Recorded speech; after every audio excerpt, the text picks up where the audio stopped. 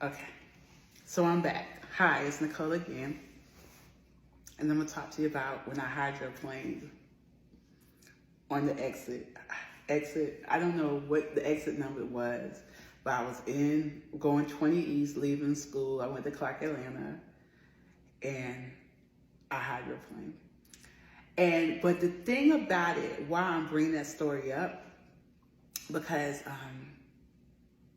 the lesson in the story. So I used to commute to school. Long story.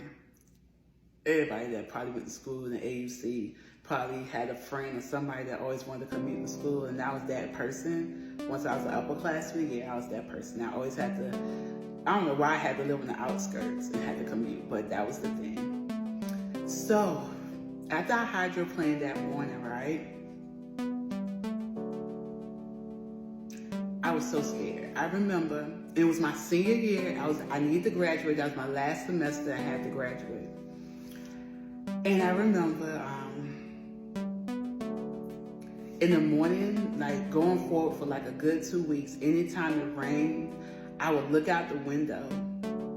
And I know one day I didn't even get up and go anywhere. I was so scared to drive. I was like scared to drive.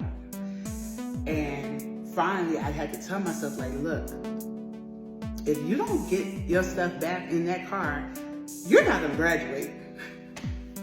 But imagine like going down 75, then going to 20, and you're driving like this, sweating, underarm sweating, everything sweating, but you gotta get that.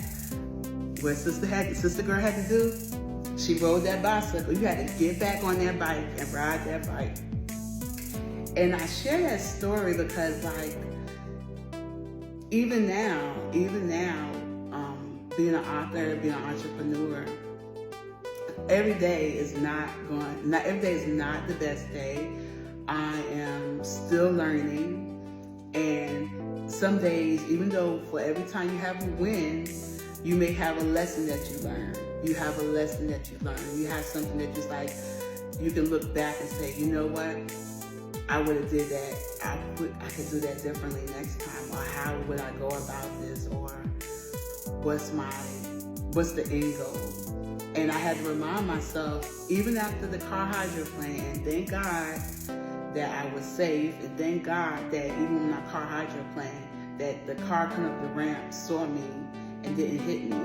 On the driver's side, it didn't hit me. But thank God I was protected in that moment. But even in that moment of being protected, I was scared when I got home. And I remember not wanting, when it rained, not wanting to go to school, not wanting to drive to work because of my fear. And I guess I'm sharing this story to let you know that we got to push past fear.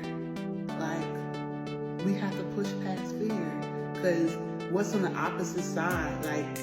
What's on the opposite side of fear is trying something new or staying the course. Sometimes it's not even about even trying something new.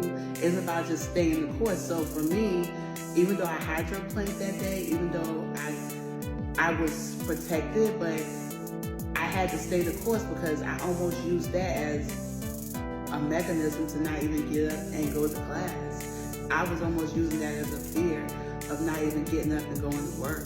Like, it was to the point, if I looked out the window and I saw that it was raining, I can me telling this story right now, I can actually see myself, and this is years ago. I graduated from college years now, but I can see myself. I remember being in the apartment, getting up, pulling the blind. Y'all know what it is when you pull the blind down because you're looking out the window, you want to see what's going on. I remember pulling the blind. It's a cloudy day, it's raining. Oh no. And I had to fight through my fear. So that's the point. We gotta fight through our fears. Whatever's next for you to do, whatever is next for you to accomplish, I don't care how big it is. I don't even care how small it is, because just Fight through your fear.